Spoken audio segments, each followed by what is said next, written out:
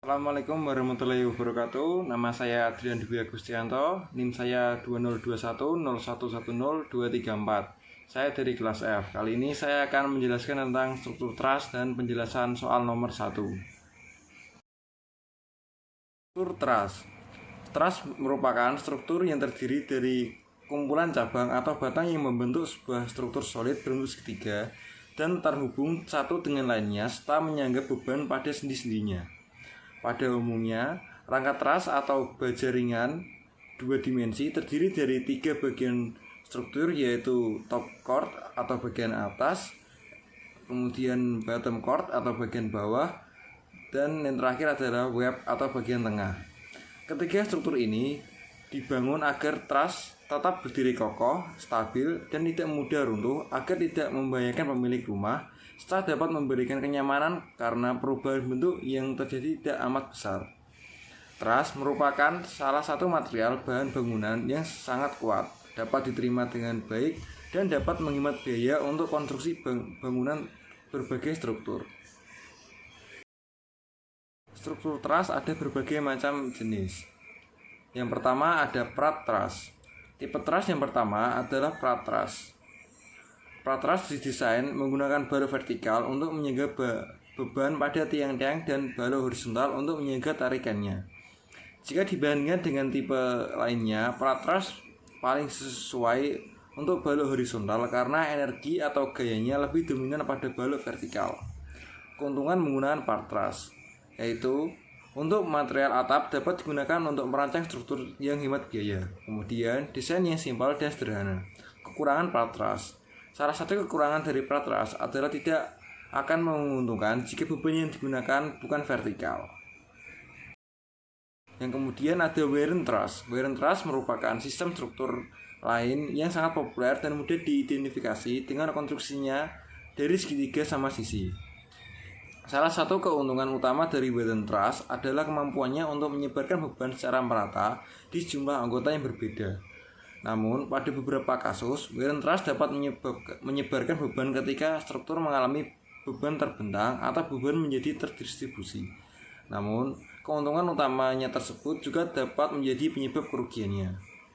Struktur rangka akan mengalami gaya terpusat di bawah beban titik. Di bawah skenario beban terkonsentrasi ini, struktur tidak sebaik mendistribusikan beban secara merata di seluruh anggotanya. Oleh karena itu, jenis rangka Warren truss lebih menguntungkan untuk beban yang terbentang, tetapi tidak cocok jika beban terpusat pada satu titik atau simpul. Kemudian ada K-truss. K-truss adalah versi atau varian dari prat truss yang sedikit lebih rumit. Perbedaan utamanya adalah bahwa anggota vertikal telah menjadi lebih pendek, di mana hal ini dapat meningkatkan ketahanannya terhadap tekuk. Meskipun tidak banyak yang menggunakan, K-truss adalah desain yang kuat. Salah satu kelemahan utamanya adalah para anggota tidak selalu berperilaku seperti yang diharapkan. Keuntungan menggunakan K-truss: kompresi berkurang pada anggota vertikal, kemungkinan pengurangan baja ringan, dan biaya jika dirancang secara efisien. Kekurangan K-truss: sedikit lebih kompleks dan peningkatan konstruksi karena anggota tambahan. Kemudian ada Howe truss. Pada dasarnya, Howe truss adalah kebalikan dari prat truss dalam hal geometri. Bahkan, melihat rangka prat truss secara terbalik akan memvisualisasikan semacam rangka Howe truss. Keseluruhan struktur masih relatif sama, tetapi bracing diagonal sekarang menempati sambungan yang berlawanan atau tidak berpenghuni. Saklar dalam posisi anggota diagonal ini memiliki efek yang sangat penting secara struktural. Karena strukturnya mirip dengan prat truss, maka bisa disimpulkan bahwa kegunaan pun umumnya sama. Untuk memaksimalkan efisiensi dari Howe truss, truss dapat dibebani pada sambungan akord bawah. Misalnya, rangka atap dapat dibebani dengan beban langit-langit. Hal lain yang perlu diperhatikan adalah tergantung pada geometri dan pembebanannya. Rangka prat truss dapat memiliki lebih banyak anggota yang tidak dibebani daripada rangka Howe truss. Kemudian ada Ving Truss. Ving Truss bentuknya memiliki anggota web yang mengikuti pola V yang dapat diulang beberapa kali. Saat akord atas miring ke bawah dari tengah, pola V menjadi lebih kecil. Karena rangka Ving lebih mengandalkan anggota diagonal, rangka tersebut dapat menjaga sangat efisien dalam mentransimisikan beban ke tumpuan. Turunan dari rangka Ving termasuk jenis double Ving dan Van Truss. Ving Truss ganda pada dasarnya adalah gulungan Ving yang menggulung pola dua kali di kedua sisi. Jika rangka Ving paling dasar dapat dicirikan oleh V ganda, maka sirip ganda akan terlihat seperti V ganda. Pada dasarnya, Van Truss adalah rangka Ving yang memiliki anggota jaring yang mengembang dari sambungan di bagian bawah, biasanya penambahan anggota vertikal. Kemudian yang terakhir adalah Gambrel Truss. Pada bagian luar, rangka Gambrel Truss memiliki dua kemiringan yang berbeda, di mana kemiringan semakin curam dari bagian tengah. Karena bentuknya yang menonjol keluar, rangka Gambrel Truss efektif dipasang dengan bagian yang berlubang, yang dapat digunakan sebagai tempat penyimpanan.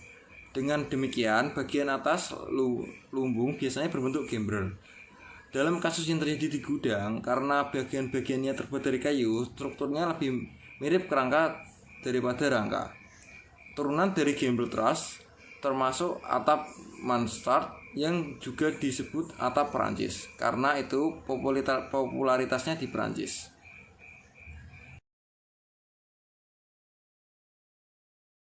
Yang selanjutnya adalah penyelesaian soal nomor 1, yaitu yang pertama menghitung reaksi perletakan dengan rumus sigma MA sama dengan 0, RAV kali 9, min 2 kali 6, min 3 kali 3 sama dengan 0. RAV nya ketemu 2,33.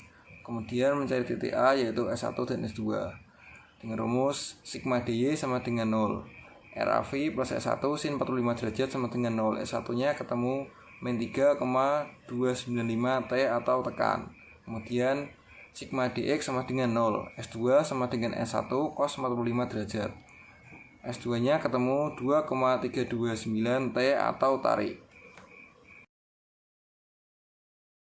Kemudian mencari titik F atau yaitu S3 dan S4 dengan rumus sigma dx sama dengan 0, S1 cos 45 derajat plus S4 plus P1 sama dengan 0.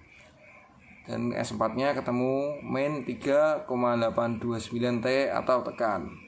Kemudian sigma dy sama dengan 0, S1 sin 45 derajat min S3 sama dengan 0.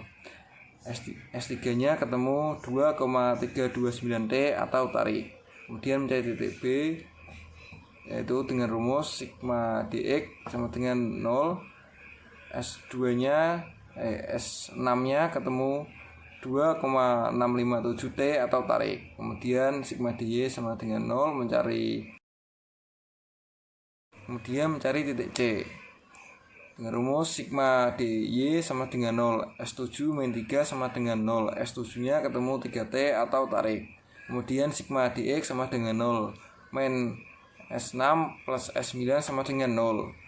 Dan ketemu S9 adalah 2,657 T atau tarik. Kemudian mencari titik E dengan rumus sigma dx sama dengan 0, min S4 plus S8 cos 45 derajat sama dengan 0. S8 nya ketemu min 4,6584 T atau tekan. Dan video penjelasan dari saya, kurang lebihnya mohon maaf. Wassalamualaikum warahmatullahi wabarakatuh.